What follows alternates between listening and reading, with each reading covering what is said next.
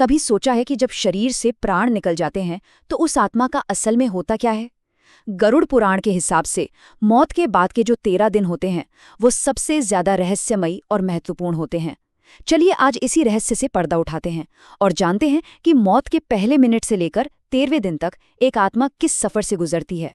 ये एक ऐसा सवाल है जो हम सबके मन में कभी ना कभी जरूर आता है। तो होता क्या है? क्या आत्मा फौरन दूसरा जन्म ले लेती है या फिर अपने ही घर के आसपास भटकती रहती है? सच तो ये है कि इन 13 दिनों में आत्मा वो सब कुछ देखती और महसूस करती है जिसकी हम जीते जी कल्पना भी नहीं कर सकते। तो इस पूरी यात्रा का जो सबसे गहरा, सबसे डिटेल जिक्र है वो हमें मिलता है गरुड़ पुराण में। यही वो ग्रंथ है जो मौत और उसके बाद की जिंदगी के रहस्यों को परत दर परत खोलता है। तो आइए इसी के आधार पर इस अनोखे सफर को समझते हैं।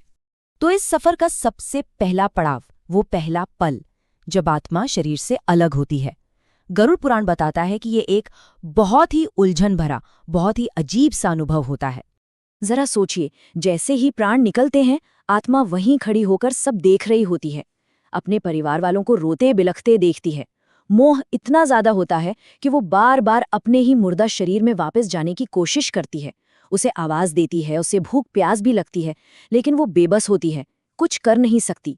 और सबसे दर्दनाक बात जानते हैं क्या है? वो ये कि आत्मा उस वक्त बिल्कुल अकेली होती है। वो सबको देख सकती है, सबकी बातें सुन सकती है, पर उसकी आवाज जैसे खालीपन में गूंज कर रह जाती है। कोई उसे सुन नहीं पाता। ये अकेलेपन का एक बहुत ही गहरा एहसास होता है। अब यहाँ पे एक बहुत दिलचस्प मोड़ आता है। आत्मा की ये जो पहली यात्रा है ना, ये उसकी आखिरी यात्रा नहीं होती। ये तो बस एक झलक होती है, एक ट्रेलर समझिए, जिसके बाद उसे वापस भेज दिया जाता है। तो होता यह है कि पहले ही दिन यमदूत आते हैं और आत्मा को यमलोक ले जाते हैं। वहां उसे एक झटके में उसकी पूरी जिंदगी के कर्मों की एक झलक दिखाई जाती है। क्या अच्छा किया, क्या बुरा किया, सब कुछ। और फिर उसे वापस उसी घर में छोड़ दिया जाता है ताकि वो अगले 12 दिनों तक होने वाली रस्मों को देख सके। अब जब आत्मा वापस आ चुकी है तो अगले 10 दिन बहुत ही ज्यादा जरूरी हो जाते हैं। इन 10 दिनों में आत्मा की आगे की यात्रा के लिए एक नया शरीर तैयार किया जाता है। और कमाल की बात यह है कि इस नए शरीर का बनना पूरी तरह से इस बात पर निर्भर करता है कि पृथ्वी पर क्या रस्में हो रही हैं। तो यहाँ पर एंट्री होती है पिंडदान की। ये पिंडदान आखिर है क्या? देखिए, ये सिर्फ चावल और तिल से बने गोले नहीं हैं। इनका मकसद बहुत गहरा है। हर एक पिंड आत्मा के उस नए सूक्ष्म शरीर के एक हिस्से को बनाने का काम करता है ताकि वो आगे का सफर तय कर सके। ये प्रक्रिया बड़ी दिलचस्प है। हर दिन का पिंडदान शरीर के एक हिस्से को बनाता है। जैसे पहले 4 दिनों में हाथ, पैर, कान, नाक जैसे अंग बनते हैं। 9वें दिन तक शरीर के बाकी हिस्से भी बन जाते हैं और 10वें दिन तक आत्मा को अंगूठे के बराबर का एक पूरा सूक्ष्म शरीर मिल जाता है। लेकिन जरा सोचिए, अगर ये पिंडदान न किया जाए तो तब क्या होगा? तब आत्मा को ये शरीर नहीं मिलता और उसके बिना वो बस एक प्रेत की तरह बिना किसी रूप और ताकत के भटकती रहती है। वो अपनी आगे की यात्रा पर जा ही नहीं सकती। अच्छा, तो अब आत्मा के पास एक शरीर तो है, लेकिन वो अभी भी अपनी पुरानी दुनिया से, अपने मोह से जुड़ी हुई है। 11वां और 12वां दिन, ये 2 दिन आत्मा के लिए एक तरह से आत्ममंथन और चीजों को समझने के होते हैं। इन 2 दिनों में आत्मा एक मूक दर्शक की तरह सब कुछ देखती है। वो देखती है कि कैसे परिवार उसके नाम पर पूजा पाठ और दान पुण्य कर रहा है।